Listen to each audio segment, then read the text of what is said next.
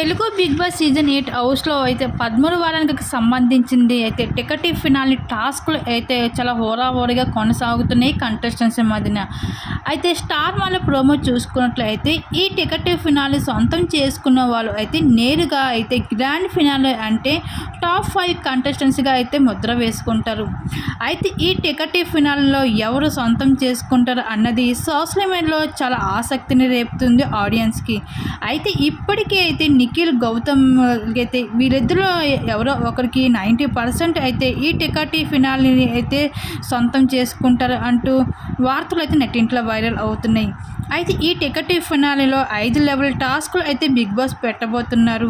అయితే ఈ టాస్క్లో గెలిచిన వాళ్ళే టికెట్ ఫినాలే సొంతం చేసుకుంటారు అంటూ బిగ్ బాస్ తెలియజేసుకుంటూ రావడం జరిగింది.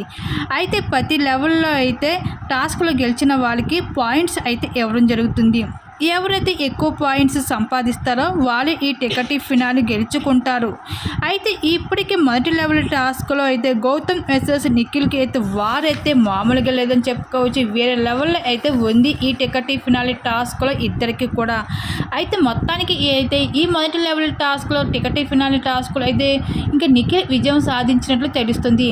మరి ఈ టికెట్ ఫినాలే టాస్క్లో అయితే గౌతమ్ గెలిస్తే బాగుంటుందని అనుకుంటున్నారు, నిఖిల్ గెలిస్తే బాగుంటుంది అనుకుంటున్నారా? మీరు మీ అభిప్రాయం తప్పకుండా కామెంట్ సెక్షన్లో షేర్ చేసుకోండి.